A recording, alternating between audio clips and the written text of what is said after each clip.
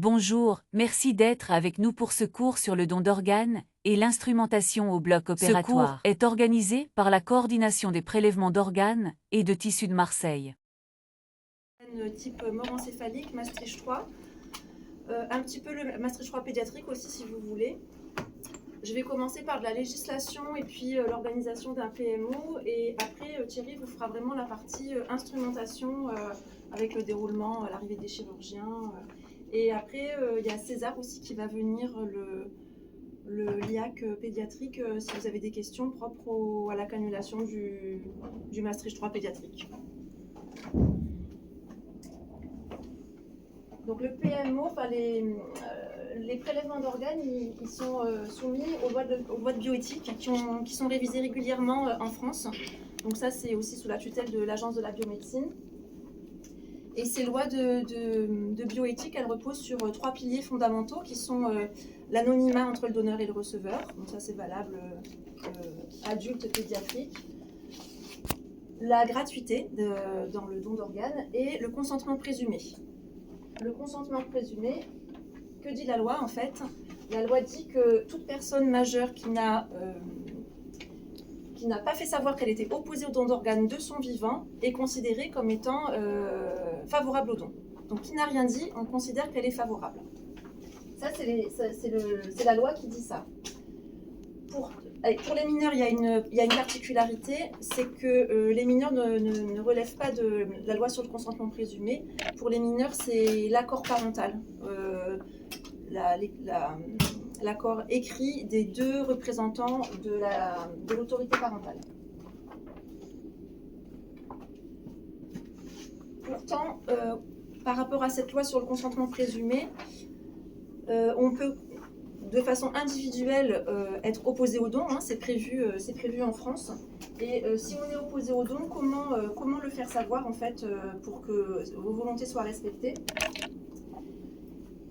Il y a 3 façons de le faire. Vous pouvez tout simplement l'exprimer oralement, hein, dire que vous êtes opposé au don à vos proches et en faire un témoignage oral. Et ça sera pris en compte quand on rencontre les familles. Vous pouvez aussi l'écrire sur un papier sous forme par exemple de directive anticipée. Et la façon la plus officielle de faire savoir son opposition en France, c'est de s'inscrire sur le registre national des refus, qui est systématiquement consulté quand on fait une procédure de don. Et pour les enfants, elle est consultée à partir de l'âge de 13 ans, parce qu'on a besoin de l'accord des parents, mais à partir de 13 ans, les enfants peuvent s'inscrire sur ce registre des refus. Donc on fait les deux, quand les enfants sont mineurs, mais plus de 13 ans. Donc pour résumer, pour le côté opposition, quand on est opposé au don d'organes, ce qu'il faut faire, c'est s'inscrire sur le registre des refus. Quand on est favorable au don, dans l'absolu, on n'a rien à faire, puisque la loi dit que quand on n'a rien dit, on est favorable. Mais nous, ce qu'on recommande dans tous les cas, c'est d'exprimer sa volonté sur le don d'organes. Qu'on soit opposé ou qu'on soit en faveur, il faut exprimer sa volonté à ses proches. Je reviens sur le registre des refus. Quand on s'inscrit, il y a la possibilité d'émettre des choix. Donc si par exemple, vous êtes favorable au don pour vous, au don d'organes, mais avec une réticence sur le don de tissu, par exemple, vous pouvez vous inscrire sur le registre des refus et il n'y aura que le don de tissu qui apparaîtra. Donc ça permet aux personnes qui souhaiteraient faire un don d'une certaine façon, mais pas global, on va dire, de pouvoir émettre des choix et du coup d'être, je pense, rassuré par rapport à ce qui va être respecté. Et pareil, on peut se désinscrire du registre. Donc on peut aussi changer d'avis au cours de sa vie et se désinscrire du registre des refus. Vous me dites si vous avez des questions ou quoi. Enfin, c'est vraiment, vous pouvez intervenir à tout moment.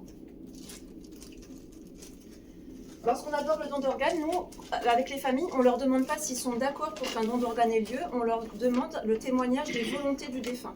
En fait, c'est ça que nous demande la loi aussi. On ne demande pas l'autorisation des proches, on demande aux proches de nous apporter le témoignage des volontés. Et c'est toute la difficulté en fait, parce que bien souvent les proches ne sont pas en mesure de rapporter les volontés, puisque très souvent les personnes ne se sont pas exprimées, parce qu'elles ne se pensaient pas concernées, il était trop jeune, il était trop vieux, il avait telle maladie, alors qu'en fait il y a peu de contre-indications au don d'organes. Et donc nous on est très souvent confrontés à cette situation d'être face à des familles qui ne savent pas les volontés de leurs proches et qui nous disent, ne sachant pas, on va vous dire non en fait. Et ça c'est vraiment une difficulté qu'on rencontre très souvent. l'origine des greffons, il y a différents types de greffons. Le donneur vivant, je ne vais pas en parler parce que c'est vraiment pas le propos du jour.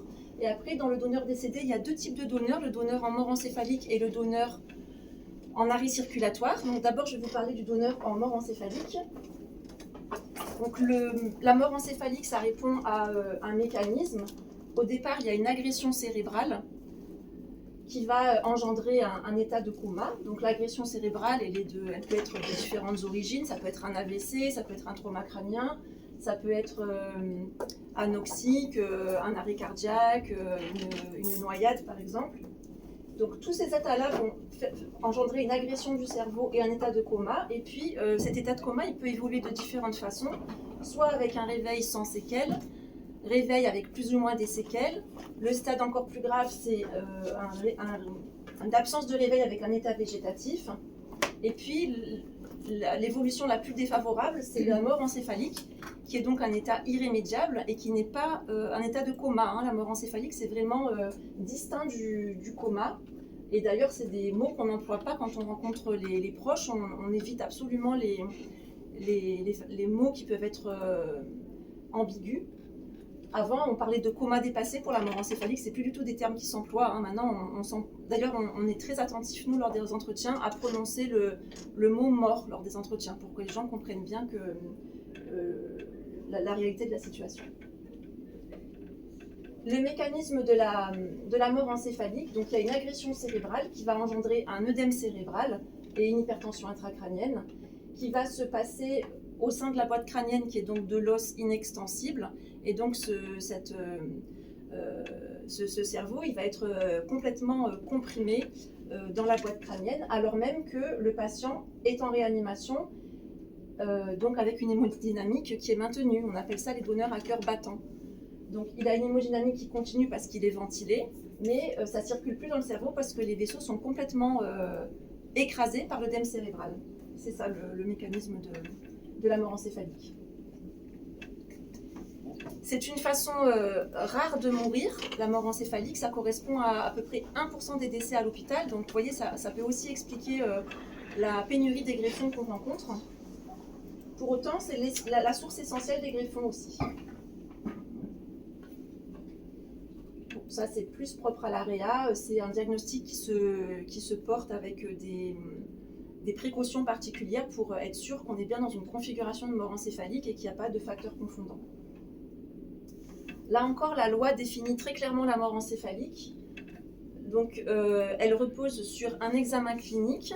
L'examen clinique, c'est un Glasgow à 3 avec une absence de réponse motrice, verbale et réponse d'ouverture des yeux. L'abolition de tous les réflexes du tronc cérébral et ce qu'on appelle l'épreuve d'hypercapnie, c'est-à-dire on va mettre le patient de réanimation dans une situation d'hypercapnie qui devrait engendrer une ventilation à l'état physiologique. Et comme il est mort, c'est ce qu'on cherche à démontrer, il n'y a pas de reprise de la ventilation spontanée. Et ça nous confirme le diagnostic clinique de la mort encéphalique. Cet examen clinique, il doit être confirmé, là encore c'est la loi qui l'exige, par un examen paraclinique. Alors il en existe deux différents, mais on n'a à faire que l'un des deux. Donc soit un EEG de 30 minutes, et puis qu'on va répéter à 4 heures d'intervalle, à nouveau un nouvel EEG de 30 minutes, qui va mettre en évidence l'absence d'activité électrique du cerveau. Et autrement, l'angioscanner cérébral, qui va mettre en évidence la non-opacification des artères du cerveau. Ça, c'est des examens qui sont nécessaires lorsqu'on a un projet de don d'organes. Si on sait que le patient avait exprimé son opposition au don, on n'a pas besoin de ces examens pour signer le décès, mais si on va faire un don d'organes, c'est médico-légal, on a besoin de l'un des deux examens. D'ailleurs, la clinique et la paraclinique sont consignés dans un procès-verbal de mort encéphalique dans lequel on redétaille tous les détails de l'examen clinique et paraclinique qu'on a fait et qui est signé par deux médecins différents pour bien montrer que là aussi c'est la loi qui l'exige. Les contre-indications absolues au don d'organes, là de façon globale, eh bien en fait elles sont assez rares les contre-indications d'emblée puisque c'est un décès de cause inconnue. Si on a un patient en état de mort encéphalique avec une lésion cérébrale, mais dont on ne trouve pas l'origine, ça ne peut pas être un donneur. La rage, la tuberculose sont des contre-indications. Toutes les maladies en lien avec le Creutzfeldt-Jakob sont des contre-indications. Ensuite, il y a des contre-indications qui font partie de ce qu'on appelle les protocoles dérogatoires, comme par exemple les hépatites. Voilà, c'est là. Les hépatites virales ne sont pas des contre-indications d'emblée. Le HIV, selon certaines conditions, si c'est un patient qui a une charge virale négative, qui a un suivi très régulier, pas de maladie opportuniste, on peut proposer les greffons à un receveur qui est lui-même porteur du HIV. Les cancers ne sont pas forcément une contre-indication. Alors un cancer actif en général, oui, c'est une contre-indication, mais un antécédent de cancer de plus de 5 ans qui est suivi avec de la documentation, d'anapath et tout ça, ça peut ne pas être une contre-indication. Donc c'est tous des éléments qu'on étudie, nous, en amont d'un dossier, bien avant le bloc opératoire. Donc il y a tout un travail d'étude du dossier à faire et qu'on fait en collaboration avec l'Agence de la biomédecine, qui est donc l'instance qui chapeaute toute l'activité de prélèvement et de greffe. L'âge n'est pas non plus une contre-indication, contrairement à ce que parfois on peut croire. On prélève des patients jusqu'au-delà de 80 ans. En fait, on étudie dans le dossier comment fonctionnent les organes de façon individuelle, comment fonctionne le foie, comment fonctionnent les reins. Et on peut avoir des patients de 85 ans qui étaient en pleine santé et qui sont tombés de vélo, par exemple. Donc, c'est vraiment pas non plus, on ne s'arrête pas du tout sur l'âge non plus. Excuse-moi, j'ai une petite question. Pourquoi le Covid? Oui, le Covid, ça a été à la découverte du Covid, ça a été une contre-indication. Après, ça l'a été pour certains organes et pas d'autres. Après, c'était une contre-indication absolue. Et là, actuellement, c'est plus une contre-indication du tout. C'était en fait pour mettre l'accent sur le fait que les contre-indications, elles évoluent en fonction de ce qu'on sait. Alors, la maladie, le Covid, c'est une maladie récente, donc on avait besoin d'avoir du recul sur les conséquences sur les organes. Mais à l'heure actuelle, c'est pas une contre-indication à l'heure actuelle. Éventuellement, on va contre-indiquer le poumon s'il y a une atteinte pulmonaire due au Covid, mais autrement, c'est pas une contre-indication. Il y a beaucoup de démarches administratives qui sont faites autour d'un donneur d'organes, dont ce fameux PV de mort encéphalique signé par 2 médecins différents. Je voudrais juste attirer votre attention sur la dernière phrase. Le patient, donc on a mis en évidence qu'il était décédé, donc il meurt en réanimation, cœur battant, c'est comme ça qu'on dit, et il monte au bloc opératoire pour le PMO, il est donc déclaré décédé, mais cœur battant.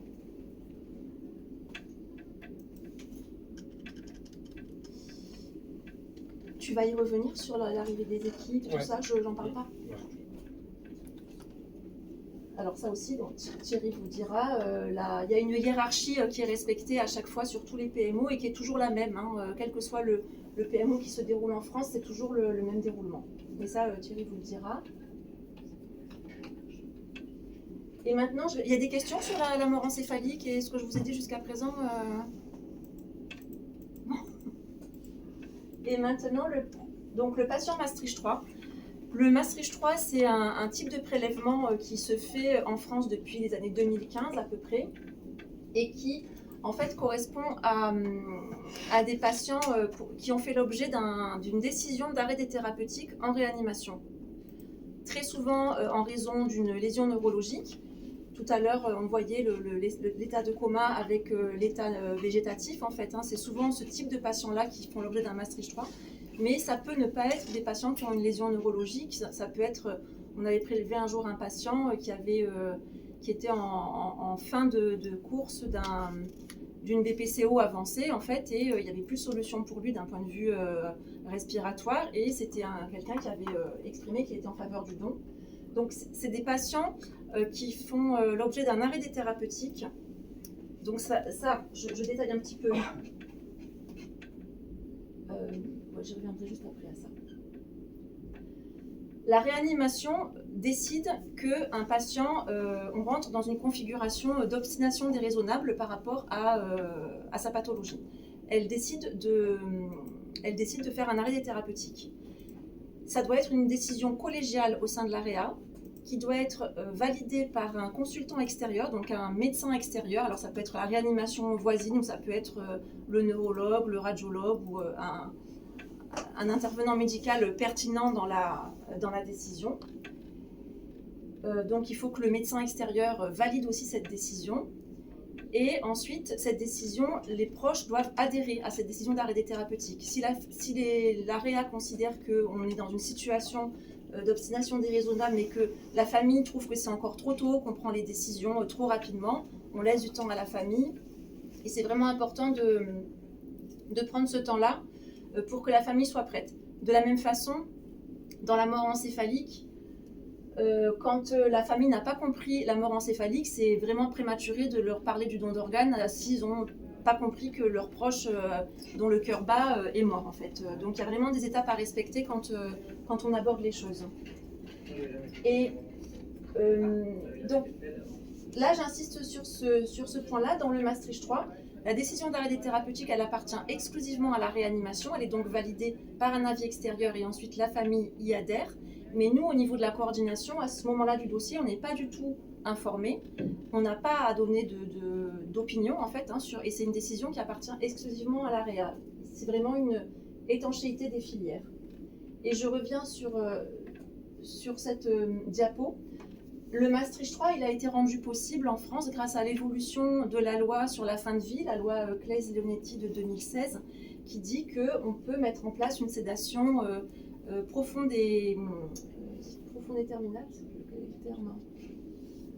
Lorsque on est dans une profonde et continue, voilà, une sédation profonde et continue, lorsqu'on est dans une situation qui ressemble à une obstination déraisonnable.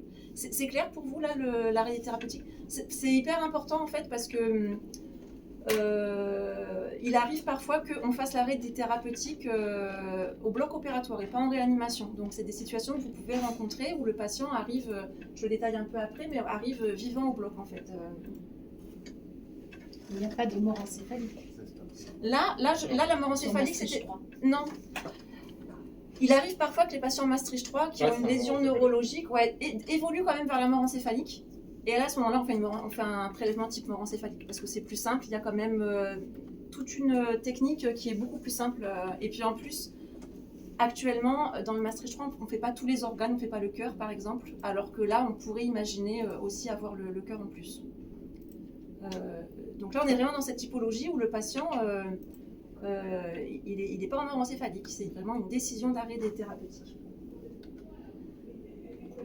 Là encore, pour le moment, le Maastricht 3, il a des critères un peu exclusifs. Donc, 18 ans, c'est plus valable puisque maintenant, on peut faire du Maastricht 3 en pédiatrie à partir de 5 ans. En revanche, il y a un âge maximal pour les adultes, c'est inférieur à 71 ans. Avec une atteinte cérébrale ou une autre cause. Dans le cas de la pédiatrie, c'est forcément une atteinte cérébrale pour les Maastricht 3 pédiatriques qui vont avoir lieu. Et avec les mêmes critères, donc décision collégiale et les proches informés et avec une adhésion des proches. Donc, en fait, concrètement, les proches sont abordés pour le don d'organes. S'il y a une opposition au don d'organes, l'arrêt thérapeutique, cette décision-là n'est pas remise en question et ça va se dérouler comme prévu en réanimation. Ça ne remet pas en question c'est pour ça qu'il y a une étanchéité aussi des filières. Si l'arrêt thérapeutique a lieu en réanimation, donc en fait, vous, quand le patient arrivera au bloc, il sera là déclaré décédé, comme en mort encéphalique, mais là, cœur arrêté en fait. Et donc, il aura une CRN. On va mettre en place une circulation régionale normotherme en réanimation sur le lieu de l'arrêt thérapeutique pour reperfuser les organes abdominaux en fait, et pour pas qu'il y ait de d'ischémie. Donc le patient arrivera décédé avec la CRN. Et à ce moment-là, on souhaite que la salle soit montée pour gagner du temps. Parce que si on prélève les poumons et qu'on a fait l'arrêt en réanimation, on a 90 minutes pour prélever les poumons. Donc dans le Maastricht 3, on a des timings qui sont très contraints. Et c'est aussi une des difficultés supplémentaires par rapport à la mort encéphalique. Et du coup, on regarde beaucoup la montre en fait dans le Maastricht 3. Et du coup, c'est pour ça qu'on vous demande au bloc d'anticiper au maximum tout ce que vous pouvez anticiper pour que quand on arrive, tout soit prêt à démarrer en fait. Il faut que les tables soient montées en fait, vraiment. Sauf s'il n'y a pas de prélèvement thoracique. S'il n'y a pas les poumons, à la limite. S'il n'y a pas les poumons, de toute façon, la CRN, elle doit tourner 1 heure pour que les organes soient bien reperfusés, mais maximum 4 heures. Donc des fois, quand on fait que foire 1, des fois les 4 heures, on en approche aussi quand même. Vous pouvez redire CRN, ce que ça veut dire? Circulation régionale normotherme, c'est une ECMO régionale au niveau abdominal en fait, où on reperfuse vraiment que l'étage abdominal en excluant l'étage thoracique avec un ballonnet intra-aortique pour ne pas reperfuser le côté thoracique. Tu en parles de ça? Non, 23 non. Mais par contre, juste, ouais, si jamais, moi que tu en parles après, si l'arrêt des thérapeutiques est fait au bloc, il faut une table radio-transparente. D'accord. Mais je crois que tu as raison, je l'avais pas écrit ça. Il arrive parfois que l'arrêt des thérapeutiques ait lieu au bloc opératoire. Alors pourquoi ça a lieu en réa ou au bloc? En fait, on demande à la famille si elle souhaite être présente au monde pour accompagner leurs proches en fait, pour l'arrêt des thérapeutiques. Très souvent, ils veulent être présents, donc on le fait en réa. Quand ils ne veulent pas être présents, c'est plus confortable pour nous et on gagne du temps de faire l'arrêt des thérapeutiques au bloc. Alors c'est une situation qui plaît moins en général aux équipes de bloc, mais qui nous met dans un confort vraiment beaucoup plus appréciable et avec un succès plus garanti aussi, parce que parfois la CRN est dure à mettre, donc ils peuvent basculer sur une procédure chirurgicale et on gagne du temps en fait quand on est au bloc. Donc si on fait l'arrêt des thérapeutiques au bloc, le patient il va arriver vivant au bloc opératoire avec le réanimateur qui va faire l'arrêt des thérapeutiques, hein, c'est pas quelque chose qu'on vous demande à vous. L'équipe de réanimation qui a décidé de l'arrêt des thérapeutiques mène son arrêt jusqu'au bout, donc accompagne le patient au bloc et fait son arrêt des thérapeutiques jusqu'au bout. Il arrive, il est vivant, mais il est sédaté, le patient, donc vous n'allez pas avoir d'interaction avec lui. On demande à ce moment-là de la procédure d'avoir un nombre limité de personnes en salle, parce que c'est un moment, qu'on souhaite un certain recueillement à ce moment-là. Là aussi, les tables montées pour aller rapidement après. Comme disait Thierry, on va avoir besoin de contrôler la CRN et le ballonnet, donc on a besoin d'une table radiotransparente et d'une scopie pour vérifier que la CRN est fonctionnelle et que le ballonnet est bien positionné. Et donc, comment ça se passe concrètement? Le patient arrive, on l'installe, on fait un champ opératoire. Le chirurgien a le droit dans le protocole de placer des canules pour mettre des guides en fait. Il a le droit d'avoir mis juste des guides. Ensuite, l'arrêt des thérapeutiques se déroule par l'équipe de réanimation. Donc c'est le réanimateur qui va éventuellement extuber le patient. S'il l'extube, il faudra le réintuber si on prélève les poumons. C'est une exigence du protocole. Et donc, il va éventuellement extuber, en tout cas arrêter la ventilation, arrêter les catécholamines, augmenter la sédation, enfin la majorer même fort, puisqu'en fait, ce qu'on recherche, c'est de faire survenir l'arrêt cardiaque, en fait. À ce moment-là, je vous ai mis une partie de la feuille qu'on trace, parce qu'on check beaucoup de timing. Le début de l'arrêt thérapeutique, c'est le début où le réanimateur arrête les amines, monte la sédation. On a un temps qui est important, qui est ce qu'on appelle l'ischémie chaude fonctionnelle, ICF, quand la tension du patient, la PAM, passe en dessous des 45 mm de mercure. Là, on considère que les organes commencent à souffrir. Et du coup, c'est un timing qu'on note parce que ça va conditionner la suite en fait, par rapport à ce qu'on pourra prélever. L'arrêt circulatoire, il est indiqué par la courbe de pulsation de l'artère en fait. Hein. C'est une arrêt de la pulsatilité de l'artère, l'arrêt cardiaque.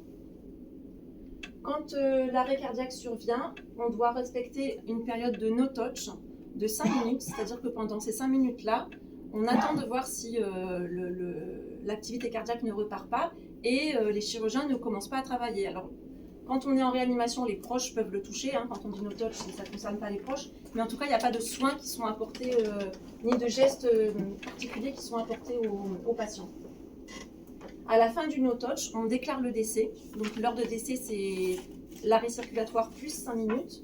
Et là, on interroge le registre des refus et les chirurgiens commencent à poser la circulation régionale. Ça va ? Vous consultez le registre des refus à ce moment-là ? On ne peut pas le consulter avant parce qu'il faut avoir un PV de mort. Donc on ne peut pas le faire à l'avance. Parce que vous pouvez faire ça et puis après que ça s'arrête là. Alors. Oui. Wow. Ça ne nous est jamais arrivé, c'est très rare. Hein. Les gens qu'on trouve sur le registre, ça ne nous est quasiment jamais arrivé. Mais ça pourrait. Ça pourrait. Ouais, ouais.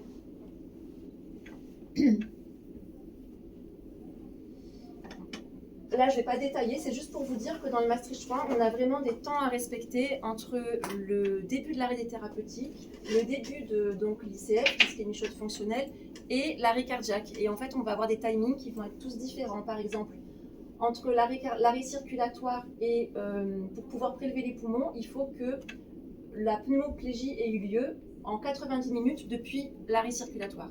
Donc ça veut dire que dans ces 90 minutes-là, si on n'est pas au bloc, il faut poser la CRN, il faut mettre en route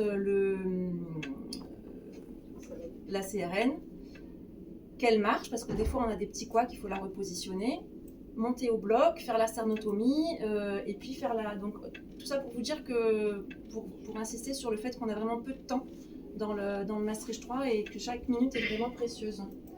Et parfois, par exemple, sur des problèmes de repositionnement de canule, il se peut qu'on soit limite sur, tout à l'heure tu donnais l'exemple du pancréas, et qu'on puisse le faire, sauf que la CRN, il faut retourner un petit peu le repositionner, et qu'avec quelques minutes de plus, en fait, on ne peut plus prélever tous les organes qui étaient prévus au départ. Est-ce que ça veut dire que les organes sont destinés aux équipes locales ? Dans l'absolu, non, mais c'est souvent le cas dans le Maastricht 3 quand même. Il y a quand même une préférence locale. Pour toutes les équipes. Oui. Alors, d'une part, oui, ils sont quand même proposés d'emblée aux équipes proches parce que c'est plus simple. Donc, dans les Maastricht 3, le foie, il va hyper souvent à l'équipe marseillaise, en fait, les poumons aussi. Et après, il y a des accords entre les équipes où parfois, en tout cas, les chirurgiens marseillais sont d'accord pour prélever pour d'autres équipes. Donc, assez souvent, en fait... ils envoient un interne avec un Vital Pack, l'équipe je sais pas, de Lyon qui a accepté. Et ils travaillent en binôme avec le chirurgien marseillais. Et comme ça fait gagner du temps. Et effectivement, oui. Parce qu'il peut arriver que parfois, au moment où s'ils sont venus en avion, au moment où ils atterrissent, on leur dit en fait, non, on est hors délai. Ou il y a eu un problème de cannulation, le prélèvement s'arrête. Il arrive parfois que l'activité cardiaque reprenne pendant ce temps dont on vous a parlé de no touch, ou parfois même un petit peu après. Ça ne veut pas dire qu'on arrête toute la procédure. En fait, on a quand même le droit de retenter une fois de repositionner. Après, en général, avec le deuxième échec, Marlène, en général, après un deuxième échec, on arrête la procédure. Hein. Vraiment, on donne les moyens d'y parvenir. Et puis, ça reste super rare. Oui, ça reste rare, oui. L'ischémie froide des greffons, elle est... ça dépend des organes dont on parle. Hein. Donc le cœur, c'est autour de 4 heures, c'est-à-dire entre le moment où la circulation du patient ne perfuse plus l'organe et le moment où c'est greffé et c'est reperfusé dans le corps du receveur. Donc 4 heures pour un cœur, c'est vraiment très court. Hein. Quand sur un PMO, vous verrez, les cardiaques, elles partent très vite. Le poumon, c'est un peu plus, 6 heures, 8 heures. Le foie, ça peut être 10-12 heures, en sachant qu'à chaque fois, au mieux c'est pour limiter le temps d'ischémie. Le pancréas aussi, hein, on est à peu près un peu comme le foie. Et les reins, on peut aller jusqu'au-delà de 24 heures. C'est pas recommandé, mais ça peut arriver quand, par exemple, les reins partent à la Réunion, ils prennent des vols de ligne et forcément, il y aura beaucoup d'ischémie. Donc ça, vous connaissez les Vital Pack, hein, c'est le conditionnement statique des organes. Et du coup, quand on a des risques d'ischémie ou quand on a des patients âgés ou ce qu'on appelle les patients à critères élargis, puisque comme il y a une pénurie de greffons, on cherche à améliorer les greffons qu'on a sous la main en quelque sorte. Et donc, on met ces machines-là qu'on appelle les machines à perfuser les reins. Et donc, le rein ne va plus être perfusé en statique comme dans un Vital Pack plongé dans un liquide de conservation. Mais il va être reperfusé dans cette machine jusqu'à la greffe. Et c'est des Ces machines-là permettent vraiment déjà de rallonger le temps d'ischémie, donc de donner un peu plus de temps aux chirurgiens. Et puis ça améliore les griffons aussi, réellement en fait. Et il existe une machine pour les poumons. Donc, quand on fait un prélèvement poumon Maastricht 3, les poumons sont forcément mis sous machine. Et là, la machine, elle va faire de la réhabilitation. Et pareil, donner un peu plus de temps aux chirurgiens. Donc quand c'est l'équipe marseillaise qui prélève les poumons sur des Maastricht 3, si vous avez l'occasion de voir cette machine, c'est vraiment très beau de voir les poumons respirer comme ça. C'est toujours assez impressionnant. Voilà, moi j'ai fini ma partie. C'est bon. Ouais. Peut-être si ça te dérange pas avant la partie chirurgicale. Bonjour. Si vous avez des questions sur la CRN, tout ce qui est. Si tu veux faire, vas-y, moi je fais après, je suis pas. Ça te dérange pas? Non, je te laisse vas-y. après dérouler toute la partie Vas-y. chirurgicale. Toi, tu sais ça, tu vas faire la partie organe par organe sur le. Tu as un support? Non, tu fais comme ça? Moi, le support. Ça te marche.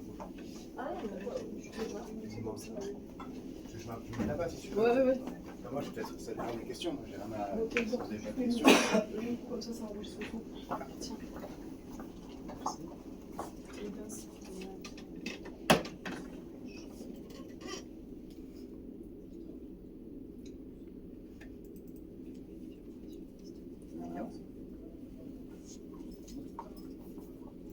Perfusionniste du coup, Jean Renaud, enchanté, bonjour à ceux que je n'ai pas vus jusqu'à présent. Est-ce que vous avez des questions du coup sur la fameuse CRN, circulation régionale normothermique? Tout à l'heure Oui, après moi j'ai jamais vu donc. Parce qu'en fin de compte, c'est ni plus ni moins qu'une ECMO. C'est exactement, enfin, pour ceux qui en ont déjà vu, croisé ou quoi que ce soit, ça n'a rien de parti. On appelle ça une CRN parce que c'est dans le cadre précis là, du Maastricht. Pour le coup, c'est une assistance circulatoire. Les canulations, comme c'est des enfants qui seront au-dessus de 30 kg, se feront par les fémorales. L'idée du ballonné, je ne sais pas si c'est clair aussi là pour tout le monde, donc il y aura un abord de Scarpa classique qui sera fait par des désilés comme tu l'expliquais, ensuite des canules qui seront montées via des guides et qui seront mis dans le désilé, ensuite la canule montée, chirurgien et l'équipe de chirurgie cardiaque pédiatrique normalement devrait s'occuper de ça, donc vous n'êtes pas concerné normalement par la partie, hors l'équipe de chirurgie cardiaque pédiatrique, par la partie canulation. Tout ce qui va être ensuite mise en place de la CRN, matériel, canule, et ainsi de suite, c'est nous qui allons gérer ça aussi, comme la mise en place d'une ECMO en réanimation ou au bloc ou ailleurs, quand ça peut arriver, comme même ça arriverait dans une salle de pédiatrie, ce qui est déjà produit aussi.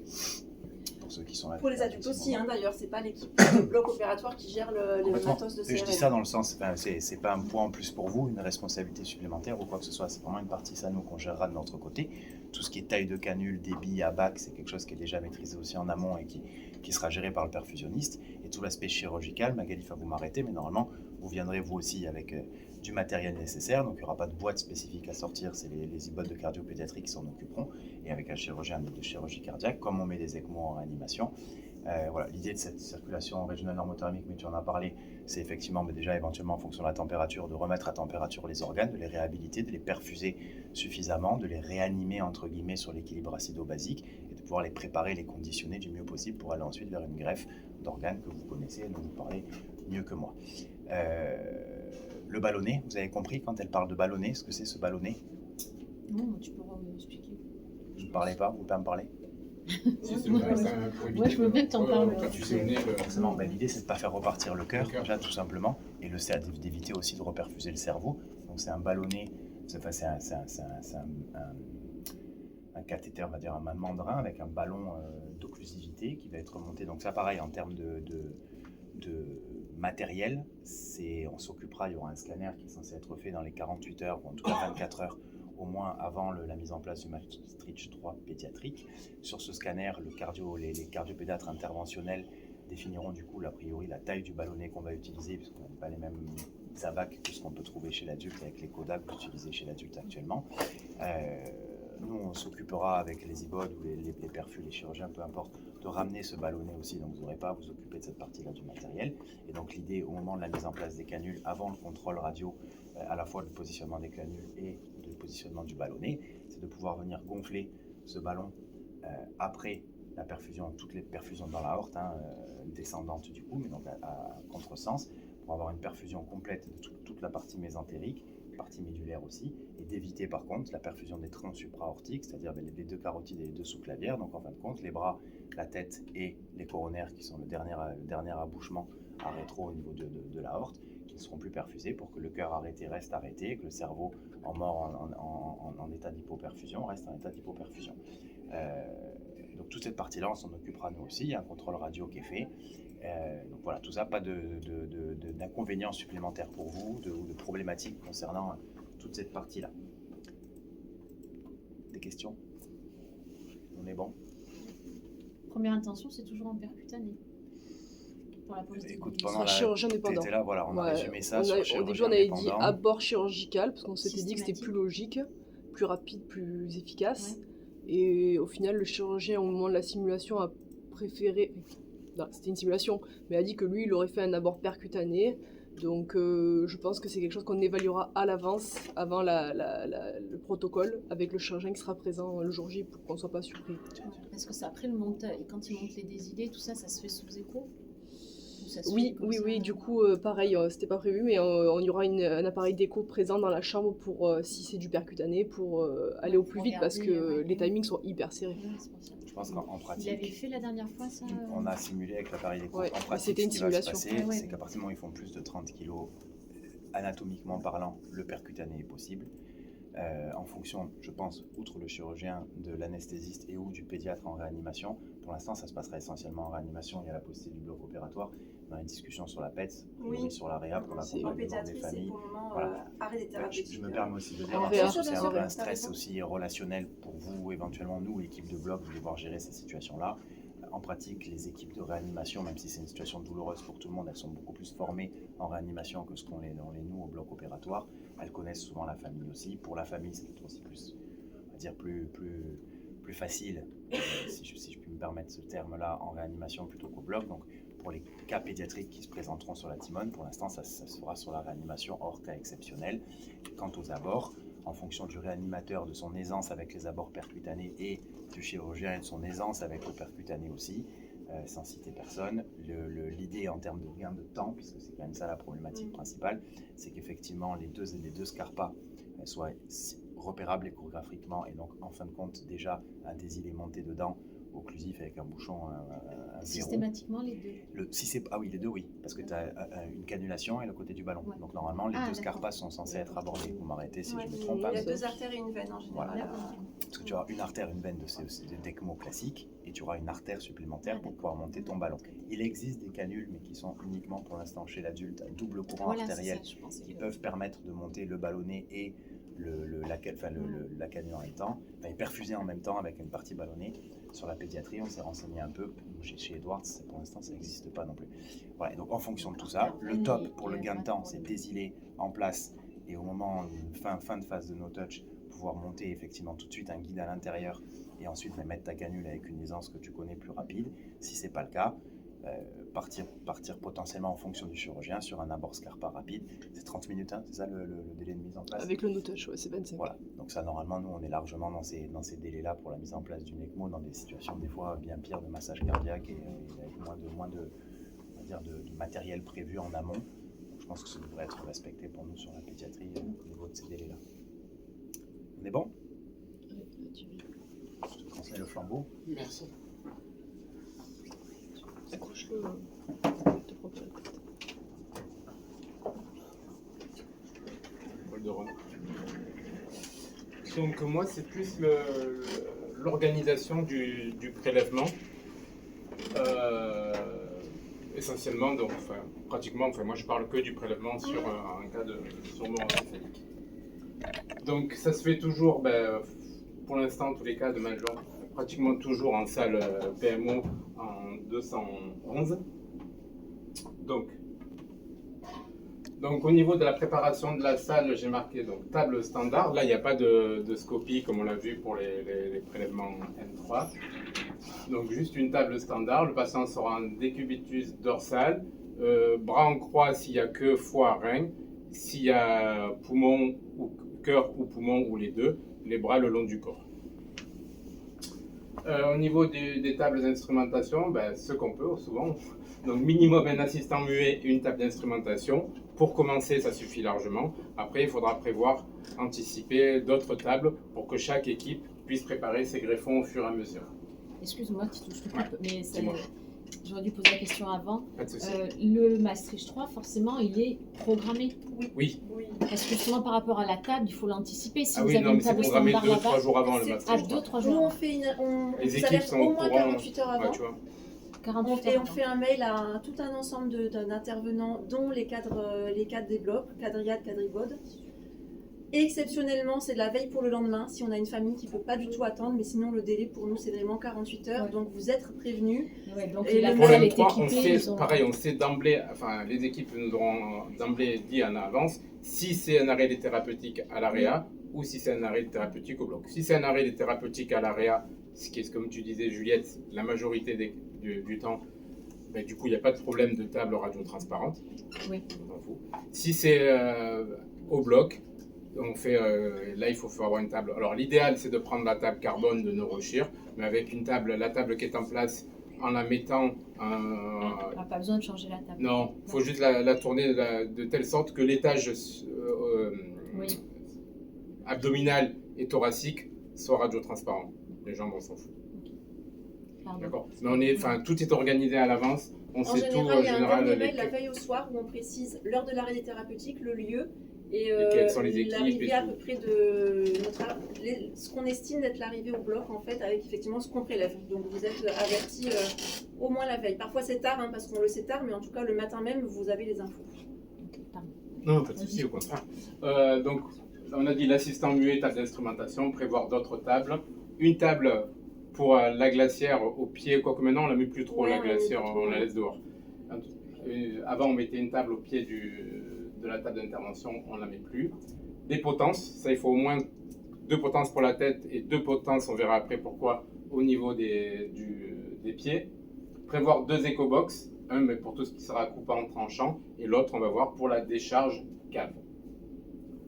2 aspirations s'il y a un prélèvement cardio-pulmonaire et un prélèvement abdominal. S'il n'y a que foie à rein, une seule aspi, on essaie de ne pas mélanger l'aspiration de l'étage sous-diaphragmatique de celle de l'étage sus-diaphragmatique. Bon, moi, tu as vu le petit matériel, je ne vais pas revenir là-dessus. Ce qui va être important, c'est, mais on va le voir après, c'est le nécessaire pour la cannulation. C'est un peu le seul truc qui va être spécifique. Après, le reste, vous connaissez tous, c'est vraiment des trucs de base. Il ne faut pas non plus, je vois à chaque fois, j'ai l'impression qu'il y a des fils qui sortent de n'importe où. Vous allez voir un fil, il n'y a vraiment pas grand-chose.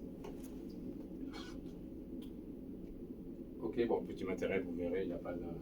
Donc au niveau de l'instrumentation, donc la boîte PMO, enfin, j'oserais malheureusement dire ce qu'il en reste. Il y a une boîte qui s'appelle PMO, une boîte écarteur PMO. Si ça a été utilisé dans la nuit, machin, on prend une boîte de l'appareil digestif. Ça va très très bien. Un écarteur de Fruchot. Et il faut toujours prévoir une bipolaire pour les chirurgiens hépatiques. C'est vrai que ça se fait souvent chez nous au deuxième. Donc nous, on prend souvent une bipolaire de la main, les longues. Et ça leur suffit largement. L'écarteur PMO, c'est quoi comme écarteur? À l'intérieur, tu as des malléables, tu as des loriches essentiellement. Mais vraiment, c'est des interventions où il n'y a pas une nécessité de beaucoup de matériel. Important d'avoir le Fruchot. Et il y a dans l'écarteur PMO, il y a aussi un Ricard qui l'utilise beaucoup en première intention. Donc ça, je vous l'ai dit, hein, le patient est installé en décubitus dorsale, soit les bras le long du corps. Si vous avez le doute, on met les bras le long du corps, on n'en parle plus. Donc de manière générale, donc la tête du patient là-haut, l'assistant muet, la décharge cave avec l'éco-box qui sera ici, et après les tables d'instrumentation, ça, chacun s'organise un peu comme il veut.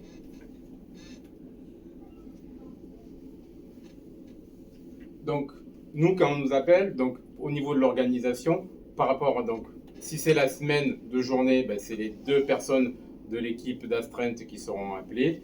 Si c'est la nuit ou le week-end, c'est l'instrum de l'équipe PMO et par contre le circulant du bloc qui est d'astreinte. Voir les blocs après en fonction du travail de chacun. Donc nous, on a l'horaire d'entrée en salle. Après, tout est organisé par la coordination, l'arrivée des différentes équipes en fonction. Donc ça commencera, on va avoir par, bien évidemment, l'instrumentiste, le circulant une demi-heure après ou une heure après, il y a l'équipe d'Uro qui va arriver. Oui, je suis passée rapidement sur cette partie d'organisation du PMO, en fait, qui est une partie qu'on appelle, la répartition des organes et après l'organisation du bloc. Parfois, on vous prévient à l'avance en vous disant il y a un PMO qui va avoir lieu si vous êtes de nuit ou même de jour, d'ailleurs. Et puis, il se passe de longues heures sans qu'on vous donne de nouvelles. Et c'est pas qu'on on fait autre chose. Enfin, si, on fait autre chose, mais c'est-à-dire c'est très très complexe à organiser et parfois c'est très long, avec des équipes qui acceptent les greffons mais qui nous disent moi j'ai une contrainte horaire, chez moi il neige, je peux pas atterrir, ou bien je suis tout seul, je suis déjà sur un bloc, je finis mon bloc et je pars. Donc en fait on a des très grosses contraintes, on doit respecter les contraintes de tous pour savoir la finalité de l'organisation. Donc il arrive parfois qu'on vous parle d'un PMO et qu'il ait lieu des heures et des heures plus tard. Il suffit qu'il y ait des cardios, c'est eux qui vont, enfin, Oui. l'arrivée des cardios qui va un peu quoi. Enfin, forcément, hein, c'est l'organe, c'est l'organe qui supporte le moins bien l'ischémie, donc c'est eux qui vont, enfin, dicter un peu les horaires de tout le monde. Tout ça pour vous dire qu'en fait, on vous prévient et on ne vous oublie évidemment pas, on vous prévient quand on estime l'arrivée au bloc. Mais parfois, quand on ne vous appelle pas, c'est qu'on n'a pas la visibilité en fait. Donc ça, on va pas. Donc nous, quand on arrive, donc l'instrum de l'équipe AMO, ou ben, si ça se fait en journée, l'instrum il est circulant, donc on fait la paroi xipho-pubienne bien large, au moins il n'y a pas de doute. Donc les premiers à arriver, après, enfin, je vous ai mis un peu toutes les étapes, mais on va passer assez vite. Les premiers à arriver sont les uros, l'équipe d'urologie. Eux, la première chose qu'ils vont faire, ben déjà, c'est d'inspecter de manière générale, être sûr qu'il n'y ait pas de masse abdominale. Donc, vérifier qu'il n'y ait pas de masse abdominale. Il faut penser à ce moment-là, nous, à l'instrumentiste, de faire un premier prélèvement de liquide péritonéal. Prélèvement de liquide péritonéal, il y en aura un au début et un en fin d'intervention qui sont envoyés en bactérieux. Donc, les uros, ils font ça. Et puis après, eux, la première étape du PMO par les uros, ça va être de décoller toute la masse viscérale, pas de l'enlever, hein, mais de la décoller au maximum pour aller chercher dans l'espace rétropéritonéal l'aorte et la cave. Et de mettre donc des fils ou des lacs, ça c'est en fonction des opérateurs, mais en tous les cas de manière générale, soit 3 fils, soit 3 lacs sur l'aorte et sur la cave. Donc ces fils serviront à quoi? Il y en a un qui va servir à un moment donné, ce qu'on va lier, ils disent on lie les jambes, en gros on ne veut plus perfuser les membres inférieurs, et les deux autres fils serviront à maintenir les canules en place dans l'aorte et dans la cave. Donc le premier temps, l'uro, c'est ça. Moi ce que je conseille, c'est que dès que l'instrum s'habille, pendant que l'uro s'expose et qu'il décolle toute la masse viscérale, on a largement le temps de préparer les canules. Quand je dis préparer les canules, les deux premières canules qu'on va préparer, c'est la canule pour l'aorte et la canule pour la cave. C'est les uros qui vont vous dire la taille, mais de manière générale, pour la cave, c'est toujours une grosse canule parce qu'on veut que ça décharge bien. Donc une canule de 30 dans la majorité des cas. Pour l'aorte, c'est vraiment l'uro qui va choisir en fonction s'il y a beaucoup de plaques d'athérome, du calibre de l'aorte, parce qu'il ne faut pas qu'elle soit trop grosse pour que si au moment de la canule, si on n'arrive pas à la rentrer, c'est un peu la cata. Mais si elle est trop petite, ce qui est arrivé ce week-end aussi, c'est qu'en fait ça fuyait de chaque côté de l'aorte. Donc c'est un peu galère aussi. Donc c'est eux qui vont vous dire en général, c'est soit 24, soit 26. Mais on peut mettre une 28 aussi, hein, donc c'est vraiment eux qui choisissent. Donc montage des canules. Donc pour la canule, là je ne les ai pas fait, mais j'essaierai de faire en photo et de lier au film, je ne sais pas si le montage des canules. C'est pas très compliqué, mais c'est le seul moment un peu chaud et un peu compliqué et spécifique. C'est que pour la canule aortique, donc on prend la canule de 30 avec un gros raccord biconique qu'on lie et qu'on branche en direct sur une perfusion à Y. Ça c'est pour la canule aortique. Pour la décharge, la canule 24 ou 26 pardon, et qu'on branche sur le produit de conservation, de rinçage de conservation. La canule cave, elle c'est une canule de 30, pareil avec un raccord biconique. Et elle est reliée directement à une tubulure d'aspi qui ira dans la décharge. Le secret de la cave et de l'aorte, c'est qu'il faut le moins de longueur possible. Faut pas surtout pour la décharge, il ne faut pas que ça fasse trop de tortillons. Donc on essaye de calculer qu'elle aille le plus droit possible et le plus bas, parce que c'est un système de déclive, le plus bas possible, la scotcher vraiment bien bas au pied du malade. Et on la donne soit à la circulante, soit à la corde, qui va la fixer de manière assez courte dans le baquet pour la décharge. Ça va, c'est bon pour l'instant? Donc, du coup, une fois que les uros sont arrivés, ils ont mis en place autour de la horte et de la cave l'ensemble des fils. C'est le moment des équipes hépatiques. Donc ça, vous verrez, hein, je ne vais pas tout détailler. Mais ensuite, c'est l'arrivée des équipes hépatiques. Les équipes hépatiques, comme toutes les équipes, avec les cohortes, vont regarder le scanner, voir la vascularisation du foie, inspecter une première fois, inspecter le foie. Et comme toutes les équipes, à part peut-être les reins, ils vont donner l'aval à l'équipe à l'hôpital, enfin d'où ils viennent, pour commencer, ou enfin en tous les cas pour dire on est d'accord, on prend le greffon. Donc l'équipe hépatique va s'habiller à la place des uros, de l'équipe d'urologie. Eux, ils vont commencer à mettre leur canule. Parce qu'eux, ils mettent en plus une canule dans le système porte. Le foie, il va être rincé par le système général avec la canule aortique, mais il va aussi être rincé par son propre système, le système porte. Donc, dès qu'ils arrivent, l'équipe hépatique, le premier truc qu'ils vont faire, c'est mettre une canule dans la veine mésentérique inférieure qui va monter jusque dans la veine porte et qui permettra un rinçage. Donc, c'est le premier truc. En général, ils vont vous demander 2 fils de bobine Vicry 2.0 en fonction des équipes, mais de manière pratiquement tout le temps ça, pour lier la veine mésentérique et mettre cette fameuse canule. Alors la canule, chaque équipe d'hépatique, il y en a à Marseille, c'est une petite canule d'aspi noire qu'on relie directement à la tubulure d'irrigation AY. Et il y a d'autres équipes qui ont des vraies canules comme les canules cardio, mais en beaucoup plus fines. Donc le premier truc c'est ça, ils vont la mettre, dès qu'on la met, on le fait couler goutte à goutte, mais tant qu'on n'a pas réalisé de clampage, le premier temps c'est avec du Ringer. En général, enfin de manière générale, c'est avec du Ringer froid. Donc une fois qu'ils ont fait ça, ils vont aller s'occuper de la vésicule biliaire. Il y a deux types, en gros deux manières. Il y a ceux qui vont la laisser et qui vont bien la nettoyer, bien la rincer. Marseille en général, c'est ce qu'ils font. Ils font une bourse, on la rince bien et on la laisse en place. Elle sera enlevée après la transplantation.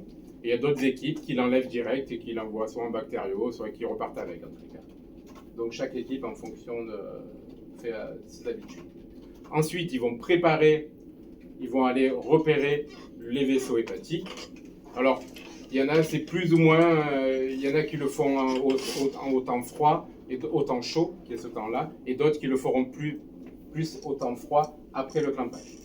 Une fois que les équipes hépatiques ont fait ça, il y a deux possibilités. Soit il y a un prélèvement, soit cardiaque, soit pulmonaire, soit les deux. Et à ce moment-là, c'est eux qui vont arriver à ce moment-là, à ce niveau-là. En général, ils arrivent à peu près en même temps. L'équipe cardiaque et pulmonaire, ils arrivent en même temps. Ils s'habillent très souvent tous en même temps. Là, la gestion des canules, on s'en occupe moins, nous, parce que c'est en général, les canules, ils vont le donner, enfin, ils nous les donnent à nous sur le champ opératoire, mais tout ce qui est tubulure pour les canules de cardioplégie ou de pneumoplégie, c'est les équipes d'anesthésie qui vont les gérer avec les chirurgiens. Donc on s'en occupe pas. Ok. Donc en tous les cas, de manière générale, s'il y a un prélèvement cardio-pulmonaire, ils vont s'habiller en simultané ensemble, réaliser la sternotomie ensemble, exposer les gros vaisseaux et mettre en place, chacun à leur tour, les canules de cardioplégie et de pneumoplégie. Ça va pour l'instant? Après, c'est un peu plus détaillé dans le cours, mais enfin, je trouve que l'important, c'est de savoir. Donc, vous voyez, la réalisation de la sternotomie, machin, bon, ça, il ne veut plus.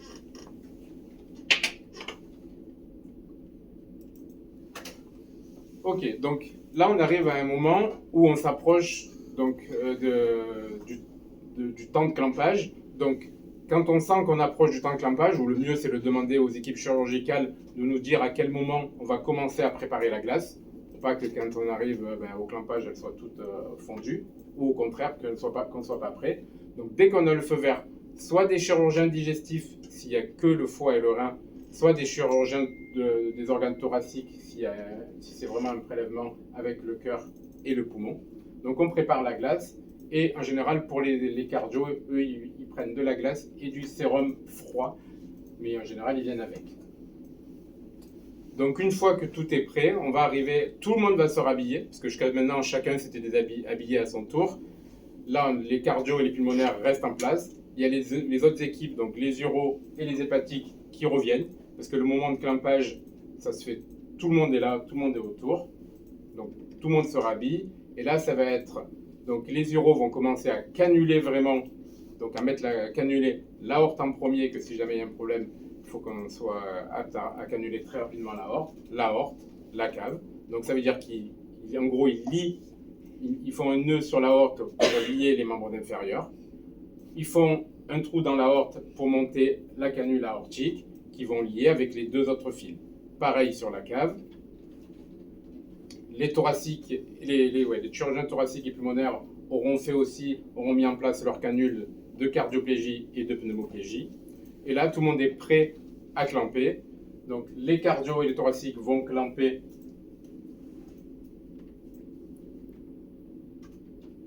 Donc là, c'est ce que je vous dis, hein, canule aortique mise en place de la décharge cave. On prévoit à ce moment-là une petite aiguille orange qui va servir à finir la purge de la canule. Il faut bien évidemment qu'il n'y ait pas de bulle dans aucune des canules. Donc à l'étage thoracique, on va clamper la veine cave supérieure, la veine cave inférieure et l'aorte ascendante. À l'étage abdominal, le chirurgien hépatique va lui clamper l'aorte cœliaque. S'il n'y a qu'un prélèvement foie-rein, eh ben, on clampera uniquement l'aorte cœliaque. Et c'est ce moment, quand tout est clampé, où on va ouvrir donc, les produits de conservation qui vont passer dans la canulation aortique, ouvrir la décharge cave. Je fais juste un petit rappel. Attention, un des gags qui peut se passer dans PMO, c'est que la canule aortique ou la canule hépatique, on ne va jamais oublier de la clamper. Parce que si on oublie, il y a l'eau qui va couler, on va s'en apercevoir de suite. La canule cave, c'est un tuyau, mais il n'y a rien dedans. Donc, c'est-à-dire qu'on peut très bien oublier de le clamper. Sauf que si on oublie de le clamper quand on monte notre décharge cave, alors que ce n'est pas clampé, le malade risque de faire l'arrêt. Donc, dès qu'on prépare notre canule cave, on met un clamp dessus. Ça, c'est un gag qui arrive assez régulièrement. Comme tu disais tout à l'heure, le temps de préparation des canules, c'est un temps où on se pose, Ouais. on le fait tranquillement, Ah oui. Quand les chirurgiens sont tranquilles. Le meilleur moment, c'est vraiment pour la préparation des canules, le meilleur moment, c'est entre l'incision et la dissection des gros vaisseaux. On a largement le temps de le faire. Et surtout, si jamais on doit canuler en urgence, il faut que ça soit prêt. On ne peut pas se dire, bon, on a le temps, il faudra canuler après les hépatites. Non, dès le départ, si on doit canuler en urgence, il faut que ça soit prêt. Et juste avant le clampage, on revoit en général. Alors moi, ce que je conseille, ce que je fais, c'est que quand les uros partent et que c'est l'équipe de digestif qui arrive, moi, avec les uros, je leur dis, on refait un check ensemble des canules. Parce qu'il y a eu des gars, il y a eu une fois où ils ont inversé, c'est déjà arrivé, ou une inversion de canule. Ça va vite, hein, si tu mets la cave dans la horte, c'est pas le bon truc. Donc c'est déjà arrivé. Donc vraiment, rechecker que avec le chir uro, la longueur des canules, le calibre des canules, la horte quel côté, la cave quel côté, que les deux soient bien clampés. Au niveau des potences, en bas, par rapport au pied du malade, il va y avoir deux canules, l'aortique et la canule pour le système hépatique. Pour éviter, ça il faut bien se mettre d'accord avec les chirs, laquelle on met laquelle. De principe, on met la canule hépatique, donc celle qui va aller dans la veine cave, dans la veine mésentérique inf qui monte jusqu'à dans la veine porte à gauche du patient, et l'aortique à droite. D'accord? Parce que la veine mésentérique, elle est plus à gauche que l'aorte. Donc pour éviter qu'elle se croise sur le champ, on fait la canule hépatique à gauche et la canule aortique à droite. Mais le plus important, c'est que tout l'ensemble de l'équipe qui sont autour du champ soient d'accord. Mhm. Voilà, moi je leur dis, la canula hépatique elle est à gauche, la canula aortique est à droite, c'est ce que ça va à tout le monde. Eux ils s'en foutent, à partir du moment où ils savent où est le machin et qu'il n'y ait pas de mélange, ils s'en foutent. Mais c'est important vraiment d'avoir un bon échange avec l'ensemble des équipes. Ce qui de manière générale est assez facile. Tout le monde est quand même, j'ai rarement eu Oui. de problème. De manière générale, tout le monde est assez sympathique, même à 2h, 3h du matin. Je vais poser des questions bêtes, mais c'est pas grave. Il n'y a pas de questions bêtes. Le clampage de la décharge là, c'est un clan de tuyaux. Ouais, c'est ça. Et après, on détermine quels clans ils veulent en fonction. Non, c'est que des clans à tuyaux. Hein. Non, je veux dire pour quand on clapage veine cave. Ah, ça c'est eux qui viennent avec. Oui, ils viennent. En général, les équipes sont très autonomes. Ils viennent, ils te donnent leur clan, ils te les mettent à côté d'eux. Et avec la abdominale aussi non, c'est ce qu'on a nous. Alors pour la l'aorte cœliaque, c'est un fil. On clappe avec un gros lac. D'accord. Donc c'est juste les clans. Les clans pour l'aorte, la veine cave, les machins, c'est les cardios qui les ont dans leur boîte à eux et qui, en général, dès qu'ils arrivent, ils les mettent à côté d'eux. D'accord. En haut, il y a deux. En haut, il va y avoir deux clans, voilà. 3 clans, veine cave sub, veine cave inf et aorte, mais ils se les préparent eux-mêmes. Et l'aorte cœliaque, en général, c'est juste un fil, et si ça marche pas au fil, un clan aortique courbe classique. Donc, une fois qu'on a tout vérifié, machin, arrive l'heure de clampage. C'est le fameux temps, à ce moment-là, où tout le monde est en salle, et c'est où vous entendez clampage. Donc, c'est l'heure que va noter les coordes pour le temps d'ischémie après froide. Et c'est là où on ouvre toutes les canules. Donc, on ouvre la canule aortique qui va permettre le rinçage de tous les organes, et on ouvre la décharge cave pour récupérer le produit. Et on n'aura pas oublié, bien évidemment, de changer le ringer qui était sur la ligne hépatique, mais ça en général avec l'équipe de corde, il y aura pensé. Donc de changer ce ringer pour mettre aussi du produit de conservation de l'IgM. Ça va? Donc là, après on attend. Alors, s'il y a l'équipe pulmonaire et cardiaque, on n'attend pas longtemps, parce que eux, donc pour l'ordre de... Donc là, vous avez vu, donc pour l'ordre de préparation, c'est uro, hépatique, cardio-pulmonaire, plus ou moins ensemble, sinon c'est pulmonaire et cardiaque. Et pour l'ordre de départ, c'est le temps d'ischémie supporté par l'organe qui donne l'ordre de départ. Donc c'est le cœur, ceux qui sont arrivés en dernier, le cœur, qui vont repartir en premier, les poumons derrière, les hépatiques après, et en dernier, les uros qui ont ouvert et qui vont fermer le patient. Mais forcément, parce qu'eux, ils ont 36 heures, on peut aller jusqu'à plus de 30 heures pour regreffer les reins, alors que le cœur, c'est entre 4 et 5 heures. Ok, donc, premier temps, donc chacun va préparer, donc, dans le temps froid, chacun va prendre son organe. À ce moment-là, pendant ce temps, pendant le rinçage, surtout quand il n'y a que l'étape, que les organes abdominaux, donc comme il n'y a pas d'urgence quand il n'y a que les organes abdominaux, pendant le temps de rinçage, vous verrez, il faut que pour que ça soit efficace, il faut que ce qu'on récupère dans la décharge cave soit clair pour que qu'on soit sûr que les organes aient bien été rincés par le produit de conservation. Pendant ce temps, il va falloir prélever des ganglions. Alors là, je vais laisser Juliette ou Marlène parler de l'utilité des ganglions. On prend des ganglions et on prend aussi de la rate. La rate, elle est explantée. On en coupe des morceaux et ensuite, ce qu'on n'a pas utilisé, bien souvent, on le remet à la fin dans le ventre.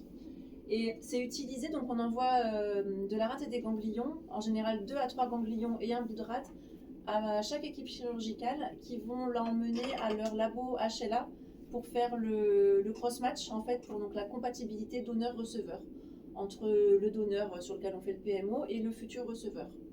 Et ça, c'est hyper important. Une équipe doit forcément partir avec sa boîte de ce qu'on appelle échantillon biologique, parce qu'il faut absolument qu'il fasse le cross-match au moment de la greffe. Si le cross-match ne peut pas avoir lieu, c'est indispensable. C'est indissociable du greffon, en fait. Voilà. Et c'est vrai que parfois, on en demande beaucoup. Donc voilà, pendant ce temps de rinçage des organes, ils prélèvent donc les ganglions et on prélève la rate et on fait des petits morceaux pour l'envoyer avec l'organe. Donc ensuite, chacun va prélever son organe. Donc les cardio vont prélever en premier, ils vont partir direct. Les pulmonaires juste derrière, eux, ils partent assez vite. Après, il y a beaucoup plus de temps pour les hépatiques. Les hépatiques, il y a deux possibilités. Il y a ceux qui vont disséquer les vaisseaux vraiment proprement à ce moment-là, et d'autres équipes qui dissèquent plus large pour partir plus vite et qui feront une dissection beaucoup plus précise, ce qu'on appelle la back table après, chez eux, quand ils viennent d'ailleurs. Par exemple, ce week-end, à Rennes, le week-end dernier, c'est Rennes, c'est Rennes qui est venu chercher le foie. Ils ont fait une dissection très très large, et la back table chez eux, et ils feront une dissection beaucoup plus fine. Quand c'est Marseille, c'est la même marque. Quand c'est Marseille, ils font la back table sur place, donc le temps de prélèvement est plus long. Donc les hépatiques en dernier. Les hépatiques repartent aussi en général avec des prélèvements des vaisseaux iliaques, au cas où ils aient des patchs à faire lors de la greffe. Donc les hépatiques, de manière générale, ils repartent toujours avec les vaisseaux, les artères et veines iliaques. Donc ensuite, en dernier, ce sont les reins qui vont être prélevés. Donc les reins, de manière générale à Marseille, vous verrez, ils les prélèvent en monobloc, c'est-à-dire les deux reins en même temps, et après ils les séparent sur la table, donc sur le côté. Quoi vous dire d'autre? Pour les prélèvements d'organes, je ne sais pas si tu vois autre chose. Non. Non. S'il y a un prélèvement de pancréas, Il y a le pancréas qui peut être juste avant ou juste après le foie. Voilà. Alors le pancréas, il peut être prélevé deux possibilités, soit pour greffe, comme les autres organes, soit pour tissu et pour culture des îlots de Langerhans. Alors je ne sais pas s'ils le font toujours, mais je pense. Hein. Si. Donc voilà. La technique chirurgicale. C'est fréquent. Le pancréas, oui, c'est pas le plus On n'est fréquent. pas dans le mais- fréquent. Fréquent, c'est pas non plus. fréquent. C'est-à-dire, en fait, il y a peu d'équipes qui greffent, peu d'équipes qui traitent les îlots aussi, donc il est souvent proposé au moment de la répartition, et après, il n'y a parfois pas d'équipe. Les îlots, je sais pas, c'est même pas en France, je crois, c'est en Suisse, non? Non. Montpellier aussi. Montpellier en Ah, fait, Montpellier fait Lille, aussi. Paris. D'accord. Et juste d'un point de vue chirurgical, quand il y a le pancréas qui est prélevé, la technique d'abord du foie est très différente. Donc ça, c'est notre travail. Hein. On leur dit très en amont parce qu'ils vont aborder le foie. A priori, quand le pancréas n'est pas qualifié pour dans un but de greffe, apparemment, il passe au travers et il explose un peu. Ben, c'est comme après, enfin là je n'ai pas parlé, mais quand ils prélèvent les organes, ben forcément il y a des vaisseaux, par exemple pour le foie et les reins, ils vont se partager une page d'aorte. Donc ils font le partage des vaisseaux, des gros vaisseaux ensemble. Et une fois qu'ils ont fait le partage des vaisseaux ensemble, ben, les hépatiques prélèveront le foie et les uraux reviendront après prélever les reins.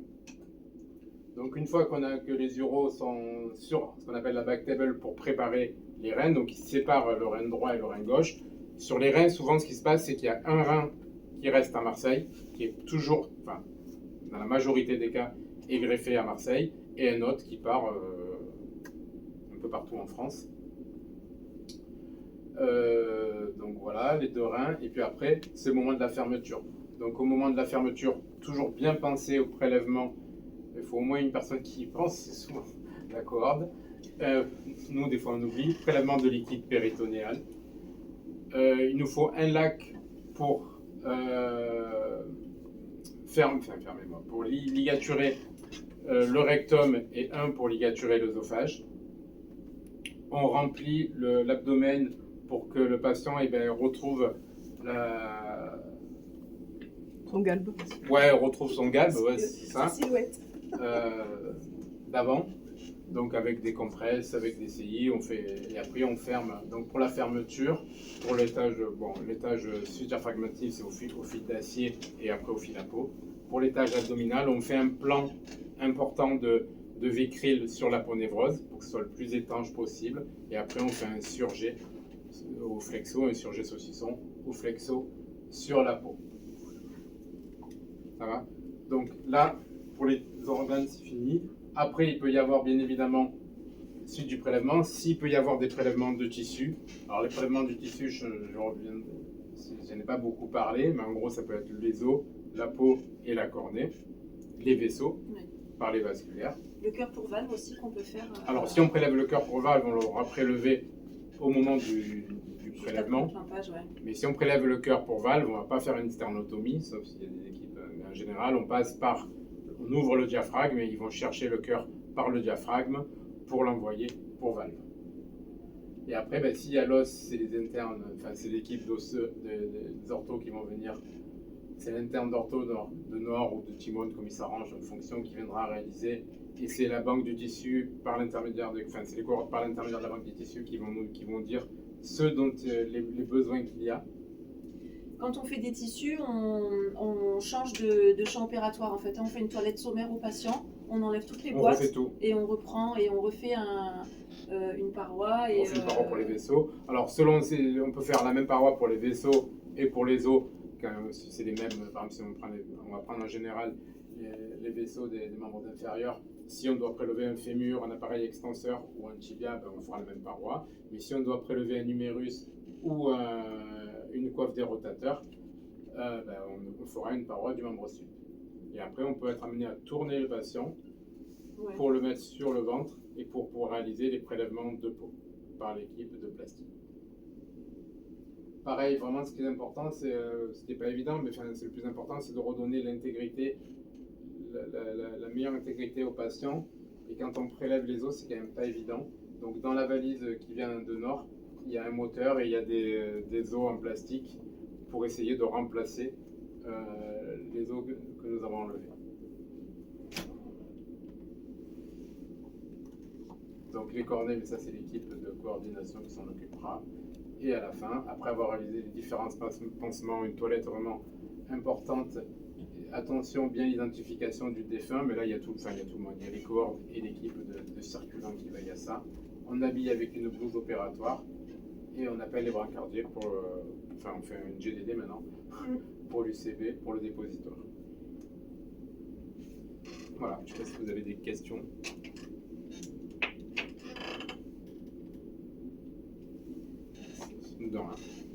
Est-ce que ça a répondu aux attentes que vous aviez en venant, aux questions Ouais, après,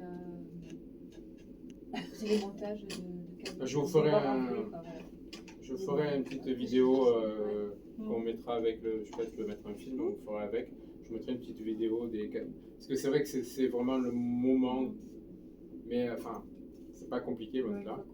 Ouais, exactement, c'est pas compliqué. Et surtout, il ne faut pas hésiter à dire au chir, enfin aux uro, parce qu'il y a que, voilà, j'ai monté mes lignes, on peut vérifier ensemble. Alors quelquefois, ils n'en savent pas beaucoup plus.